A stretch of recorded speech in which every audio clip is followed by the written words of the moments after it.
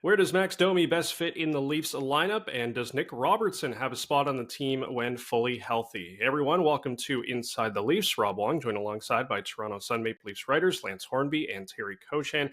And guys, one of the reasons the Maple Leafs liked Max Domi in free agency is his versatility. We saw him start the season as a winger and then eventually move over to center. He's now back on the wing with Mitch Marner's injury. Lance, when you look at the positional fit for Domi on the roster, where does he slot in best?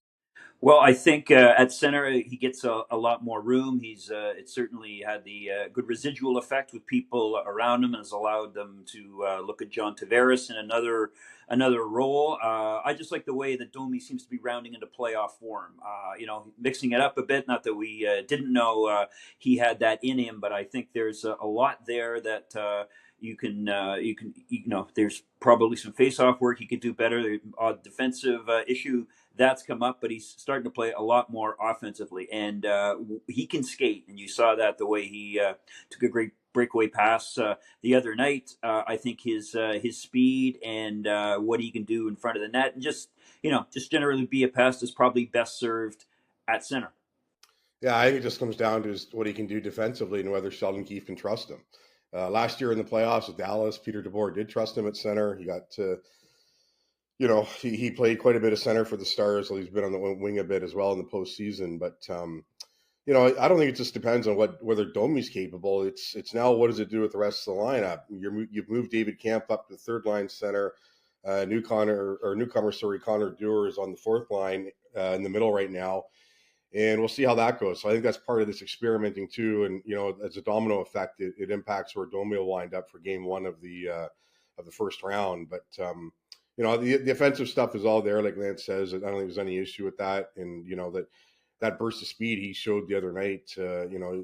It's a reminder of what he can do. Never mind the playmaking on offense. But again, it'll come down to how much does Keefe trust him in the middle. Defensively, and if you can establish that, then he's good to go. But like I say, I think the part of it for me is how comfortable are they with David Kampf as your third line center. For me, that guy has to be a little more offensive, has to have a few more offensive instincts. And I bring it up only because if they don't like it, maybe he goes back down to the fourth. Dewar goes to the wing at some point, and Domi goes back in the middle. We'll have to see. But this is the way it is right now with Mitch Marner out, and like you guys talked about right off the top, the versatility that Domi shows allows Keefe to put him on either spot and be fairly comfortable with it. Terry, as the Maple Leafs told him when they sent him down, Nick Robertson is back with the big club post-trade deadline. He skated as an extra at practice the other day. We've seen him, of course, show flashes this season when in the lineup, but when fully healthy, do you think there will be opportunities for Sheldon Keefe to get him in there? Well, it doesn't look like it right now, and we just talked about a trust issue defensively with Domi, and really that could be what's holding Nick Robertson back. I mean, that and the fact that I think in the 14 games he played before he was sent down, he had just one goal, so he'd cooled off a bit in that regard. The numbers, the contract situation allows him to go up and down between the minors. Leafs don't have to worry about putting on waivers because he's exempt, but. The fact of the matter is, I know that he's not happy about it. He told us that the other day.